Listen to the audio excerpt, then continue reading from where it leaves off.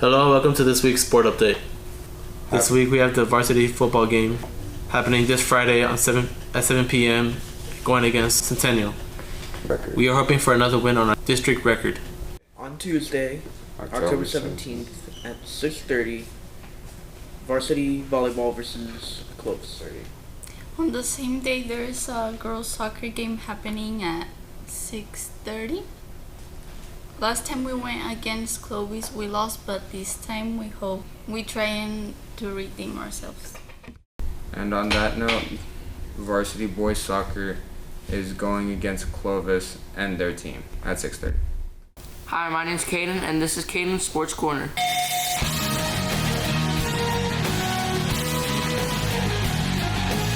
According to ESPN, the two teams they predict to be in the World Series this year are the Houston Astros and the Atlanta Braves.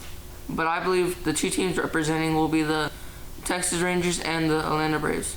I believe the Rangers will win it because they have a lot of young players and they have one of the best ERAs in the league. This has been Caden Sports Corner. Tune in next time. Hi, welcome back to Cavecast, and today we're going to be telling you about our top albums of this year. My name's Julian, and my top album of this year is For All the Dogs by Drake. Drake released this album featuring some of my favorite rappers, including 21 Savage, J. Cole, and Adonis. My name is Lila, and my favorite album of this year is Utopia. I chose this album because Travis Scott hasn't released an album in 5 years, and I was excited for this album to drop. I think he did a good job on this album. It is featuring Drake, Beyonce, 21 Savage, and The Weeknd. Hi, my name's Jaden, and I like the album Hope by NF. I like his songs, and NF is a young rapper. He is well known on TikTok for his song The Search. Thanks for watching this segment. We'll see you next week. There are a few fun facts that you didn't know about Friday the 13th. Some things people say you're not supposed to do on Friday the 13th is cut your hair, wear black, get married, be born, or just go out at all. There can be 1 to 3 Friday the 13th a year, and the filming used for making the Friday the 13th movies are still operational. Some things to do for good luck on Friday the 13th are to knock on wood, find the 4-leaf clover, and wear your clothes inside out. Did you know that in Christian religion, Friday the 13th is bad luck because Jesus was crucified and there was 13 people that attended the Last Supper?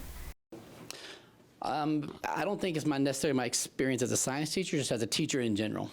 It's beneficial for me as a principal because I understand what the teachers are kind of going through within their classroom environment. And so it kind of gives me that experience to pull on so that when I walk into a classroom, I can understand really what's going on at a deeper level. Not just are they teaching the subject matter, but deeper, how are they handling kids? What is their relationship like? And I think unless you're in the classroom and you've gone through that yourself, it's very hard for a principal to kind of come in and see that besides just the surface level stuff.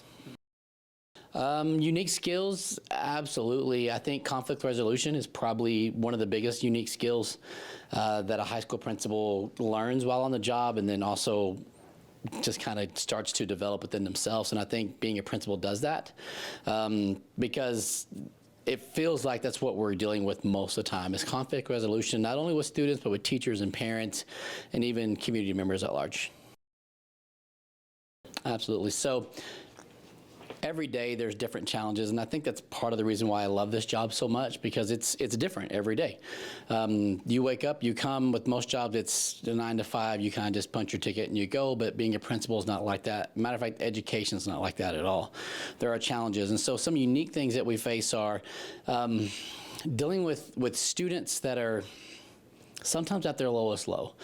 We forget sometimes in this profession that we're dealing with people and students are no different than anyone else, that they have their own issues and their own baggage. And so I think each one brings a unique circumstance in that you have to learn more about the students. So if you can actually start to develop some of those relationships, then those unique challenges become a little bit more of the norm, and you're able to handle those in a way that is not only beneficial for you, but for the student as well.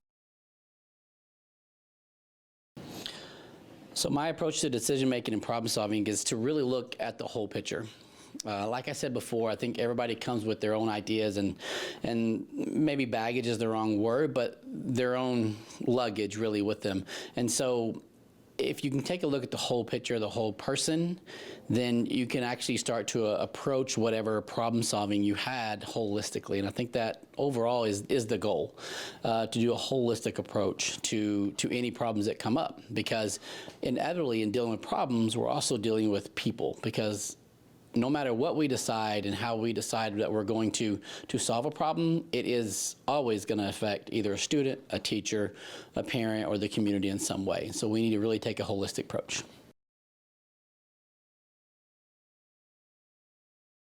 There's several things that I've done, but one thing I've implemented that a lot of the principals have started picking up is the what we call Monday memos or Tuesday talk, and that we will send this out to the teachers, and that has been an attempt to really keep teachers more informed than they were in the past. I noticed that one of the things that teachers tend to have concerns with is that there's not enough communication about what's really going on. And so for my academy specifically, I do a weekly talk so they know exactly what's coming up for the week, and that way everybody's on the same page and in the same loop.